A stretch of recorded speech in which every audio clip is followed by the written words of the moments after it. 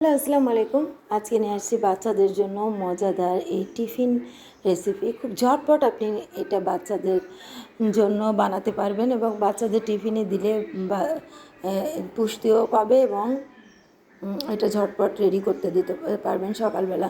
তো এখানে আমি নিয়েছি আটা, নর্মাল আটা, তারপরে নিয়েছি লবণ, তারপরে নিয়েছি একটু তেল। আমি অলিভ অয়েল দিয়েছি, আর আপনি নর্মাল রান্নার তেলও দিতে পারেন। তারপরে লবণ দিয়ে তারপরে হালকা একটু আমি কিন্তু ডিমের যে সাদা অংশটা ওটা দিয়ে দিয়েছি, নাহলে কিন্তু আপনার এটা সফট ডো হবে না। আপনি দুধও দিতে পারেন।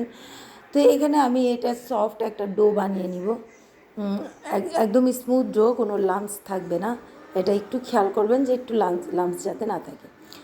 তারপরে এখানে আমি একটা পুর বানিয়ে নেব, সেখানে দিব আমি আদা রসুন তারপরে কাঁচামরিচ, পেঁয়াজ।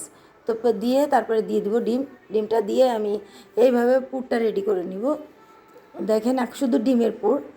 তো ডিম দিয়ে আপনি পুরটা রেডি করে নেবেন। এখানে আপনি যে কোনো সয়া সস ইউজ করতে পারেন। আমি ইউজ করে নিই, আমি এখানে ম্যাগি মশলা ইউজ করেছি।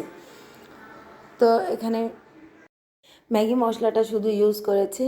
তো এই পর্যায়ে আপনি সব কিছু সস ব্যবহার করতে পারেন। আমি এখানে সস দিইনি, লাস্টে আমি সস দিয়ে দিব। তো এখানে ডেকোরেশনের সময় সস দিয়ে দেবো। তারপর এখানে নিয়ে দিব ওই গোলাটা নিয়ে আমি এখানে দেখেন এটা গোল করে নেব একটা চামচের সাহায্যে। এভাবে গোল করে নেবেন, দেখবেন খুব সহজেই গোল হয়ে গেছে। তারপরে এটাকে আমি 3 মিনিট মতন ঢেকে রেখে দিয়েছি, তারপরে আমি তুলে নিয়েছি। তারপরে দিয়ে দিব এই পুরটা।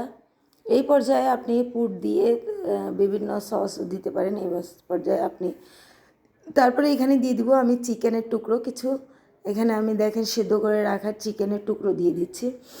তারপরে এখানে দিয়ে দিব পেঁয়াজ। আপনি পেঁয়াজ, ক্যাপসিকাম, শসা যে কোনো জিনিস দিতে পারেন। আমি পেঁয়াজ দিয়েছি। তো আমি এখানে দেখেন যেভাবে উল্টিয়ে পাল্টিয়ে এভাবে এটাকে গোল করে নেব। গোল করে নিয়েছি, এই যে হয়ে গিয়েছে আমার। তো এইভাবে খুব সহজেই দেখেন আমি এই কাগজ দিয়ে হাফ পেঁচিয়ে আপনাদেরকে দেখিয়ে দিচ্ছি। এভাবে আপনি পরিবেশন করতে পারেন। তো এখানে দেখেন আমি কাগজে সুন্দরভাবে পরিবেশন করেছি। এভাবে আপনি টিফিনের ভিতরে দিয়ে দিতে পারেন। আমি সস পরে প্রথমে সস দেওয়া, পেঁয়াজের পরে সস দিয়ে দিবেন। আল্লাহ হাফিজ।